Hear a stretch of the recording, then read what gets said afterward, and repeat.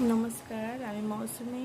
আমি আজকে একটা নাড়ি মাসাজ বলে দেখাবো, যেটা ম্যাসেজটা করলে মানে অ্যাকুপ্রেশার পয়েন্ট, এই পয়েন্টটা দাবালে ম্যাসাজ করলে তাহলে কি হচ্ছে, আমাদের হার্টের কোনো দিন ব্লকেজ আসবে না।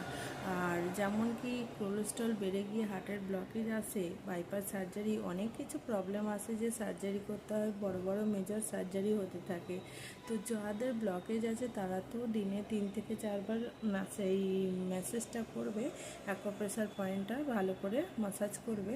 কিন্তু যাদের কোনো ব্লকেজ নেই, কিছু প্রবলেম হচ্ছে না, কিন্তু তারাও যদি রোজের এই অ্যাকো পয়েন্টটা যদি ম্যাসাজ করে, তাহলে আগে গিয়ে কোনো প্রবলেম আসবে না, কোনো ব্লকেজ হবে না। তাহলে আসুন দেখে নিন যে কীভাবে আমি ম্যাসাজটা করছি।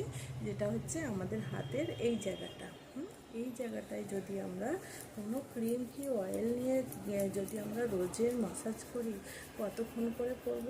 দুধ হাতে 1 মিনিট করে করলেই হবে। দিনে 3 থেকে 4 বার করলে তাহলে আমাদের হার্টের কোনো ব্লকেজ থাকবে না। দুটো হাতেই করতে হবে, ডান হাত বাঁয়ে হাত। ডান হাতে যখন করবো বাঁয়ে হাত দিয়ে করবো, আর বাঁয়ে হাতে যখন করবো ডান হাতে করবো। করতে করতে গরম হয়ে যাবে, তখন জানবেন যে আপনার কাজ হচ্ছে।